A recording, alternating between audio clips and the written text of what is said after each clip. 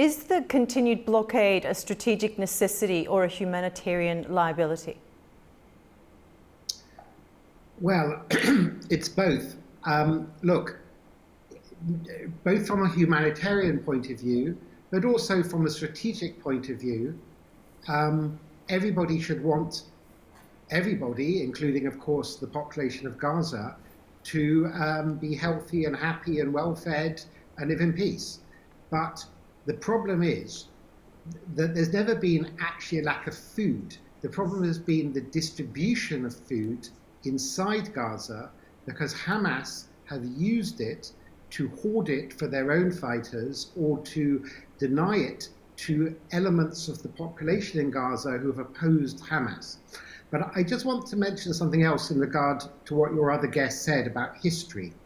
Look, populations that didn't get on can get on quite well relatively soon afterwards. So if you look at, for example, European history, Germany invaded France 3 times between 1870 and 1940.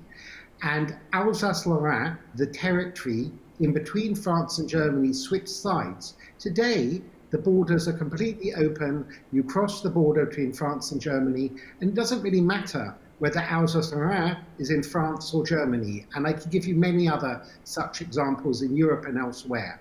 And why doesn't it matter? Because on both sides, in France and Germany, there are responsible democratic governments, and the nature of democracy means that the governments have to look after the best interests of their own population, otherwise they get voted out. So in the Palestinian Authority in the West Bank, President Abbas is in the 20th year of a 4-year term. He will not go to elections because he knows he will lose them. Hamas also have never had elections for 20 years. So Israel is for sure not perfect. But next year there will be elections in Israel. And again, Israelis will vote primarily on the well-being of their own situation, economy, security, transport, education. There needs to be an accountable government inside Gaza and indeed the West Bank. And there will be a self-interest in both sides getting on and building for a better future, as there is now between Germany and Poland or Germany and France. So it's about political governance. Any ceasefire that leaves Hamas or any similar group with armed resistance or whatever you want to call it in place is only a ticking bomb for the next war. Okay.